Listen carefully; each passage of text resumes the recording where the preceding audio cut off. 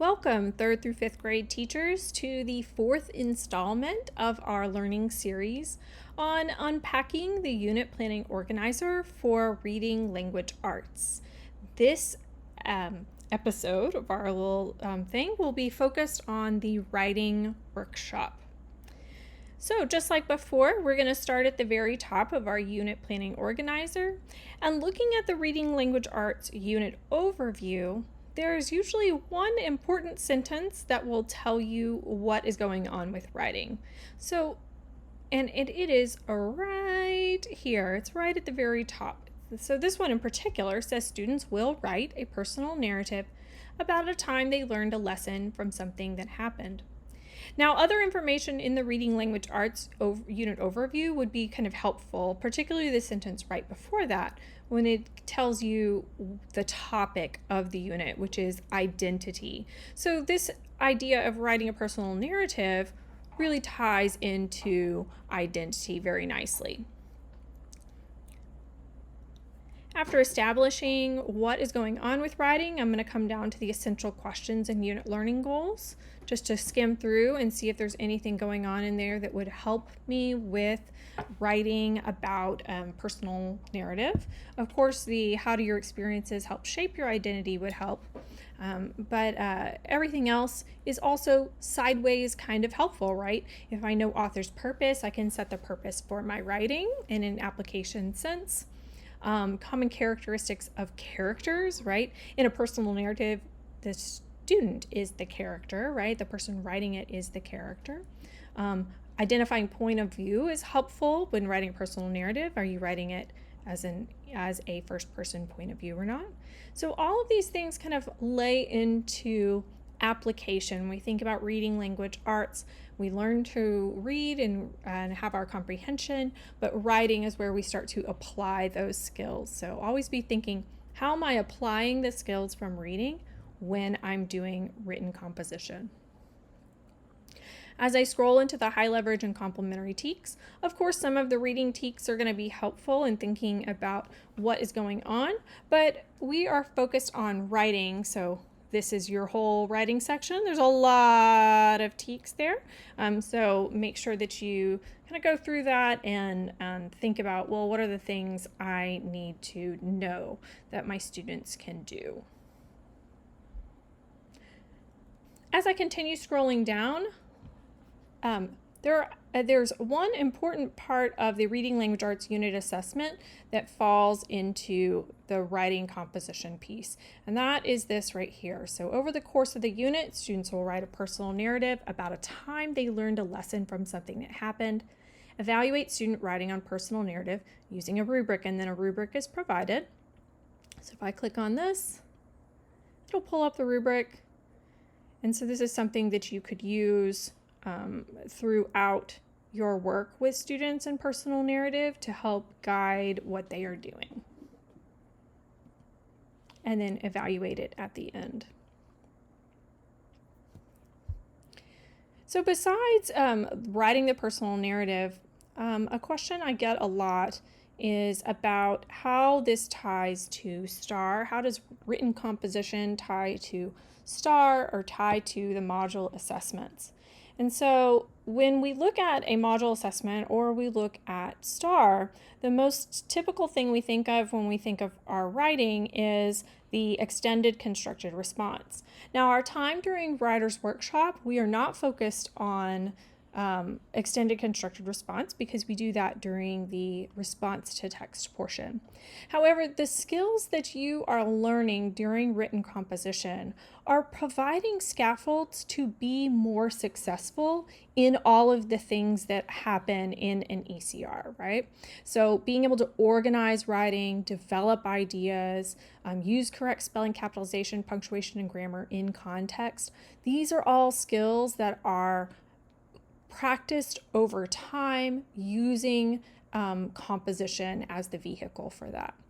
Additionally, when you look at the very end of the module assessment, the very last passage in the module assessment is a grammar revising editing passage. Now, if I have not been practicing these grammar skills, and grammar we're going to cover more deeply in the next in part 5 of our learning series.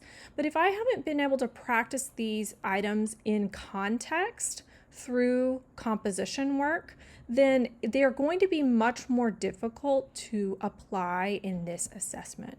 So always be thinking about how my work with written composition lends itself to scaffolding and practice so that I can apply it in other contexts.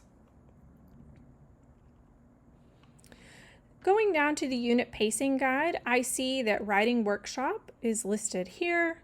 It is listed for 10 minutes of direct instruction. And I can see that it's spaced out over the 3 weeks as personal narrative on week 3, drafting and revising personal narrative on week 4, and editing and publishing personal narrative on week 5. Now, before you say, but Kelly, how am I supposed to do writing workshop in 10 minutes? That is not enough time. And I get this question all of the time. And unlike reading and vocabulary and foundational skills, where a lot of our work needs to be in conjunction with students at the same time, in writing workshop, we really want to minimize the amount of time that we are working directly talking with students in a whole group setting. And we want them practicing writing, which requires time just sitting down, usually independently, sometimes with a partner, to write. And the same thing happens with grammar, that it's not a lot of direct instruction, it's a lot of application by the student independently. So when I think about writing workshop for 10 minutes, I'm thinking I want a maximum of 10 minutes where I am delivering a lesson, and I want to leave the rest of the time or some time during differentiated small group for my students to continue working on their writing and really sit down and focus and write. And that maybe I'm coming by and doing some conferring work one-on-one with students, or maybe a small group for writing. But 10 minutes is my direct instruction time. That is what we're going to leave that at. So remember, just like before, I can click on these links to jump down to that section, or I can use the outline on the left-hand side. If you don't see the outline, click on the little hamburger to open it up, and I will see Writing Workshop Week 3, Writing Workshop Week 4, and Writing Workshop Week 5. Let's jump to Writing Workshop. The first thing that we notice is the colored header bar at the top of the box. This tells us the pertinent information. It's week 3 of Writing Workshop. It's intended for 10 minutes of direct instruction. And it aligns with, this lesson aligns with week 1 of the module, What Makes Us Who We Are. And it's about personal narrative and starting personal narrative.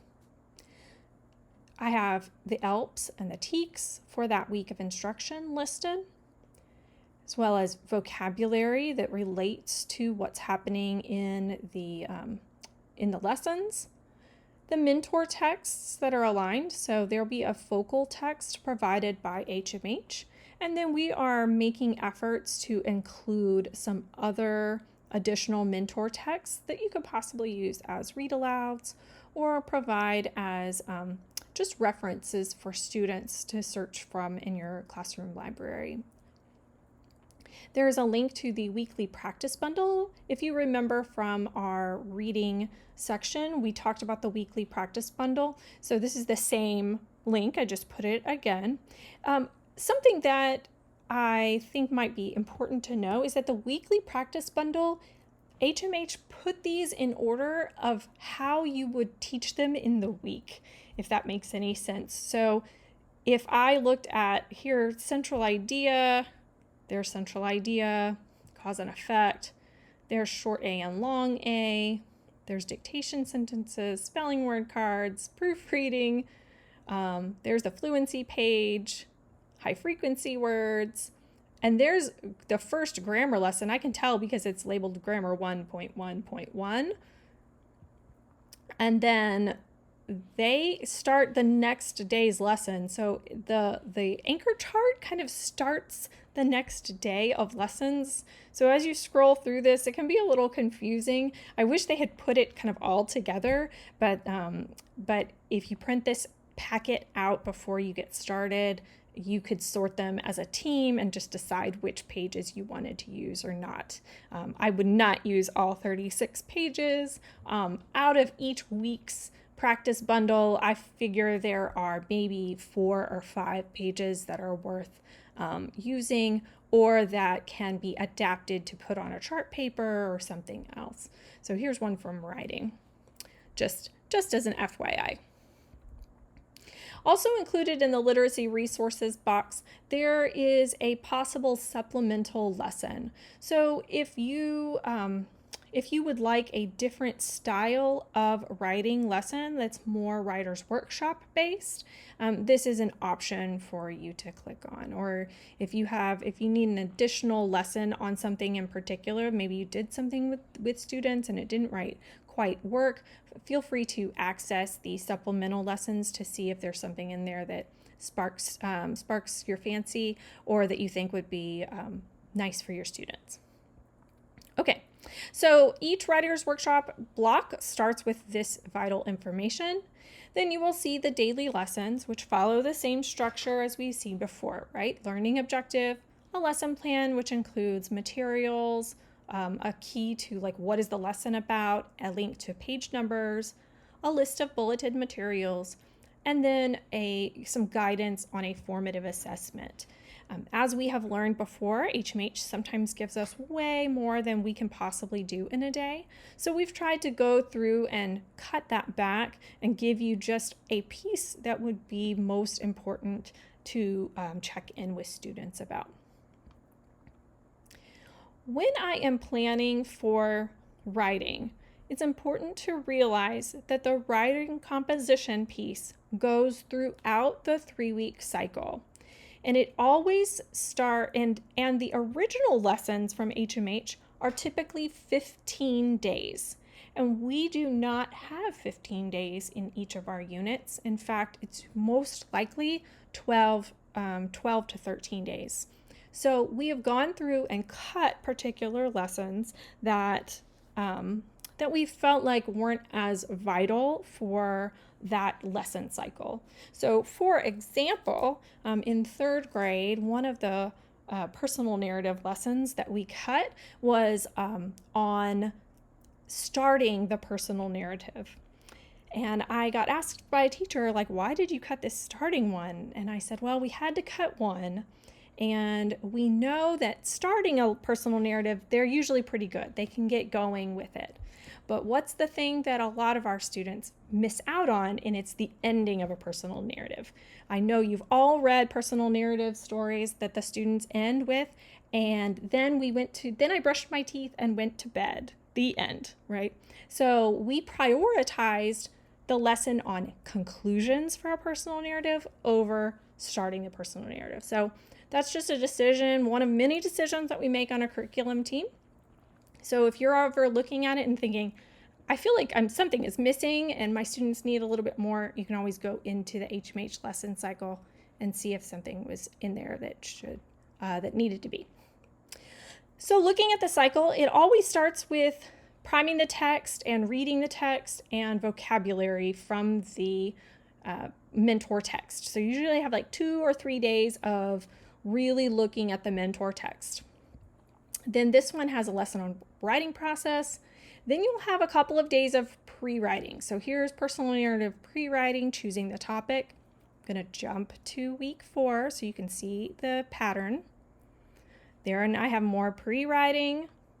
Then we start drafting. Here you can see this one started with drafting 2, right? We skipped drafting 1 for the reason I just gave in my scenario. Then drafting 3, concluding the draft. Then we jump into revising. So now I'm going to have a couple of days of revising.